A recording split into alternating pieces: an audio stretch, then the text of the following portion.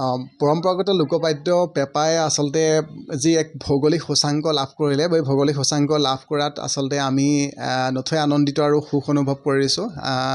পৰম্পৰাগত লোকবাদ্য পেঁপাবিধে যেতিয়া বিশ্ব আন্তঃৰাষ্ট্ৰীয় বজাৰত এক স্বীকৃতি লাভ কৰিছে, এতিয়া আমি এই ভৌগোলিক সূচাংকই ভাবিছোঁ যে আমাৰ কেৱল অসমতে থলুৱা লোকবাদ্যসমূহ ৰাইজে চিনি পায় তেনে নহয়, এতিয়া আন্তঃৰাষ্ট্ৰীয় বজাৰো দখল কৰিবৰ কাৰণে আমাৰ কিছু সুবিধা হ'ব আৰু নিজৰ ঠাইখনৰ আচলতে অৱস্থিতি হিচাপে পেঁপা বাদ্যবিধ এতিয়া অসমৰ পেঁপা বুলি আমি আচলতে গৌৰৱেৰে ক'ব পাৰিম। এতিয়া আচলতে জাতিটোৰ বাবে, আমাৰ সংস্কৃতিৰ বাবে আৰু সকলো নিজৰ বাবে আচলতে আমাৰ আজি গৌৰৱৰ ক্ষণ।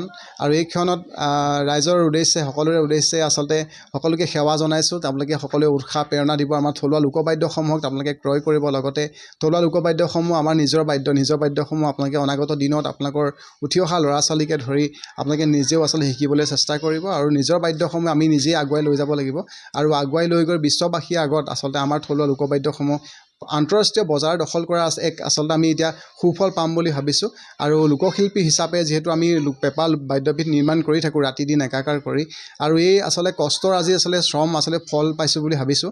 আৰু যিমান পাৰোঁ আচলতে যিমানসমূহ নিৰ্মাতা আছে লোকবাদ্যৰ লগত জড়িত সকলোৰে আচলতে আজি এক গৌৰৱৰ ক্ষণ তেওঁলোকে আচলতে সাক্ষী হৈ ৰ'ব। আপোনাক কিমান বছৰ পৰা হ'ল?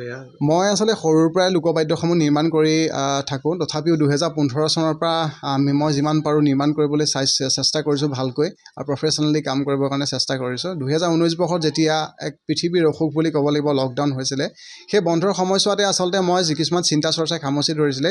তেতিয়াই মই এই লোকবাদ্যসমূহ আচলতে এনেকুৱা ধৰণৰ সময়ছোৱাত বেছিকৈ নিৰ্মাণ কৰিবলৈ আৰম্ভ কৰিলোঁ আৰু ৰাইজে জানিব পাৰিলে আৰু ৰাইজে বিভিন্ন সামাজিক মাধ্যমৰ জৰিয়তে আৰু প্ৰচাৰ মাধ্যমৰ জৰিয়তে জানি আচলতে বাদ্যসমূহ ৰাইজৰ মাজলৈ লৈ যাবলৈ সক্ষম হ'লোঁ। আৰু এতিয়া তেতিয়াৰ পৰা অহৰহ আচলতে চেষ্টা কৰি আছোঁ আৰু অহৰহ চেষ্টা কৰিয়ে আচলতে ৰাষ্ট্ৰপতি মহোদয়ৰ পৰাও এক সন্মান পাবলৈ সক্ষম হ'লোঁ আৰু এনেকৈয়ে কামবোৰ কৰি আগুৱাই গৈ আছোঁ। কিমান ইয়াত বাদ্য? হয়, ইয়াত লোকবাদ্য হিচাপে মোৰ 100 বিধৰ ওপৰত আছে লোকবাদ্য, আচলতে হিচাপ কৰিব নোৱাৰি।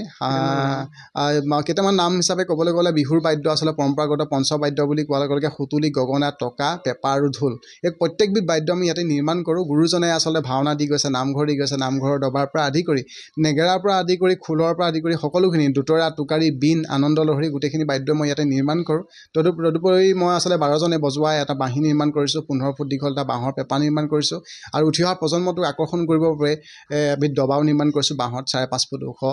যিমান পাৰোঁ বাদ্যসমূহ নিৰ্মাণ কৰি গৈছোঁ আৰু পশ্চিমীয়া বাদ্যসমূহক আচলতে এক প্ৰকাৰৰ আঁতৰাই ৰাখি আচলতে নিজৰ বাদ্যসমূহ কেনেকৈ জিলিকাই তুলিব পাৰি বিশ্ব দৰবাৰত, আচলতে নিজৰ ঘাই শিপাডাল কেনেকৈ ধৰি ৰাখিব পাৰোঁ তাৰ বাবে অহৰহ চেষ্টা কৰি আছোঁ।